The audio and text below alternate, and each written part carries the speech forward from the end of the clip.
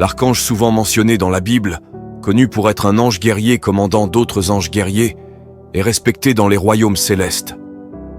Mais où était-il pendant la rébellion de Lucifer? Pourquoi n'a-t-il pas arrêté Lucifer? Et quel rôle a-t-il joué pour se débarrasser de lui? Aujourd'hui, nous allons examiner où se trouvait Michaël pendant la rébellion de Lucifer et la bataille entre Lucifer et Michaël, telle qu'elle est décrite dans les Écritures. Parmi les anges du ciel se trouvent Gabriel, Michaël et Raphaël, tous des archanges.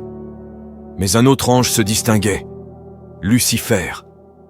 Il était le plus beau des anges de Dieu. Lucifer n'était pas un archange, mais un chérubin. Ézéchiel 28, versets 15 à 17 le décrit parfaitement. Tu étais le sceau de la perfection, plein de sagesse et parfait en beauté. Tu étais en Éden, le jardin de Dieu. Toute pierre précieuse était ta couverture. La sardonyx, la topaze, le diamant, le béryl, l'onyx, le jaspe, le saphir, l'émeraude et l'or. Tes tambourins et tes flûtes étaient préparés pour toi le jour où tu fus créé.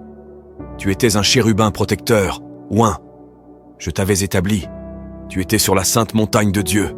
Tu marchais au milieu des pierres ardentes. Tu étais parfait dans tes voies depuis le jour où tu fus créé, jusqu'à ce que l'iniquité soit trouvée en toi. Les chérubins sont créés pour être dans la salle du trône de Dieu, couvrant son trône de leurs ailes.